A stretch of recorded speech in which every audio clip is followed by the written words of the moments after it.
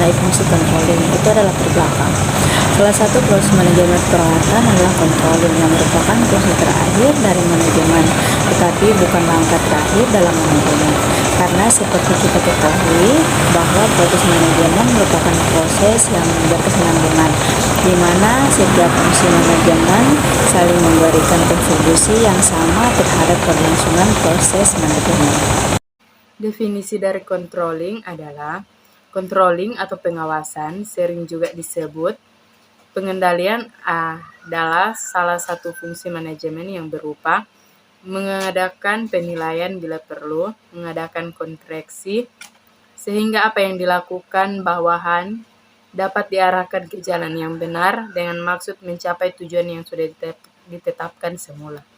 Dalam melaksanakan kegiatan controlling, atasan mengadakan pemeriksaan, mencocokkan, serta mengusahakan agar kegiatan-kegiatan yang dilaksanakan sesuai dengan rencana yang telah ditetapkan serta tujuan yang ingin dicapai. Fungsi pengawasan dan pengendalian atau controlling merupakan fungsi yang terakhir dari proses manajemen. Fungsi ini mempunyai kaitan erat dengan ketiga fungsi manajemen lainnya, terutama dengan fungsi perencanaan. Melalui fungsi pengawasan dan pengendalian, standar keberhasilan selalu harus dibandingkan dengan hasil yang telah dicapai atau yang mampu dikerjakan. Selanjutnya yaitu fungsi controlling.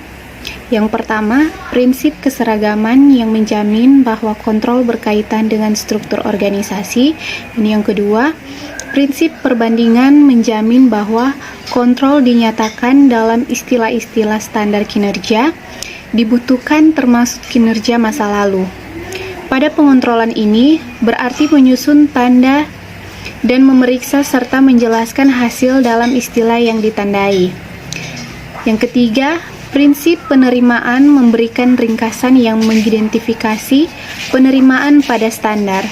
Keempat, pengawasan yang dilakukan harus dimengerti oleh staf dan hasilnya mudah diukur. Kelima, standar untuk kerja yang akan diawasi perlu dijelaskan kepada semua staf. Keenam, untuk meningkat kinerja. 7. Bersifat edukatif dan suportif. 8. Menerapkan proses manajemen atau terencana. Kesembilan, melihat kinerja bukan orangnya. 10. Fleksibel, waktu, adil, dan murah. Selanjutnya yaitu karakteristik controlling. Yang pertama, kontrol merupakan proses yang berkelanjutan, dan yang kedua, kontrol merupakan sebuah proses manajemen. Ketiga, kontrol merupakan suatu melekat dalam setiap level pada hierarki organisasi. Dan yang keempat, kontrol bersifat lebih ke arah memandang suatu ke depannya.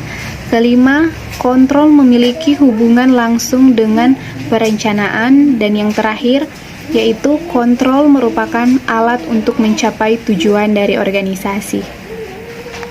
Tujuan utama dari controlling adalah menjamin setiap kegiatan yang telah direncanakan berjalan dengan tepat dan benar sehingga tujuan yang ditetapkan tercapai. Adapun tujuan lainnya adalah yang pertama, menjaga eksistensi organisasi, meningkatkan motivasi warga organisasi, memberikan metode bagi manajemen dalam melakukan evaluasi, memberikan alat deteksi dini terhadap strategi yang dikembangkan atau dijalankan.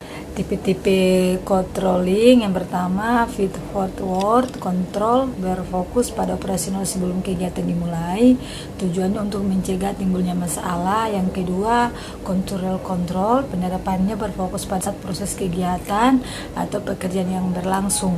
Yang ketiga, feedback control, berfokus pada hasil pekerjaan yang dilakukan. Feedback control ini menjadi masukan dalam membuat rencana ke depannya, input dan desain dari proses ke depannya.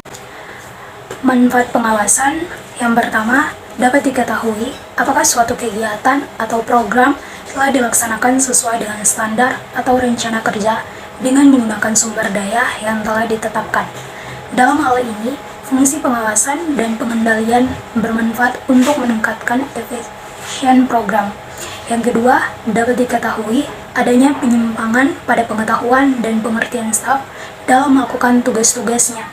Bila hal ini diketahui, pimpinan organisasi akan dapat memberikan latihan bagi stafnya karena latihan memang dibutuhkan untuk meningkatkan pengetahuan dan keterampilan staf.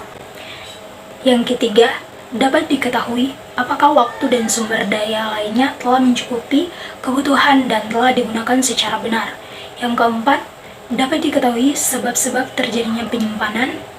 Yang kelima, dapat diketahui staf yang perlu diberikan penghargaan atau bentuk promosi. Yang keenam, mempertahankan keseimbangan. Yang ketujuh, meningkatkan kinerja, pengetahuan, kemampuan, atau motivasi, kemampuan, keahlian, efektivitas, efisiensi, dan lainnya.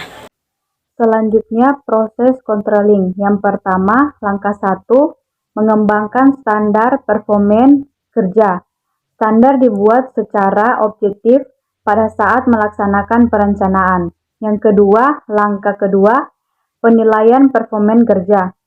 Kepala perawat mengumpulkan data untuk melakukan penilaian kerja para perawat untuk berbagai variasi dari standar. Yang ketiga, langkah ketiga, membandingkan penilaian kerja dengan standar performa kerja. Yang keempat, langkah keempat, memperbaiki tindakan. Kepala perawat harus menemukan penyebab terjadinya penyimpangan tindakan dengan standar yang telah ditentukan. Setelah itu, ia mengambil tindakan untuk memperbaiki dan minimalisir penyebab tersebut. Kesimpulan, pengontrolan atau pengevaluasian adalah suatu fungsi yang terus-menerus dari manajemen keperawatan yang terjadi selama perencanaan, pengorganisasian, dan penggarahan aktivitas. Melalui proses ini, standar dibuat dan kemudian digunakan, diikuti oleh umpan balik yang menimbulkan perbaikan. Proses ini dipertahankan kelangsungannya. Setiap manajer perawat harus mempunyai rencana kontrol master yang menggunakan semua standar yang berhubungan dengan tindakan. Rencana ini dapat digunakan untuk mendapatkan umpan balik yang cepat dan memenuhi tujuan-tujuan dari kontrol yang dibuat untuk unit, bagian, atau divisi. Rencana akan menguji hasil, memberikan instruksi serta penggunaan prinsip dari keseragaman perbandingan dengan pengecualian.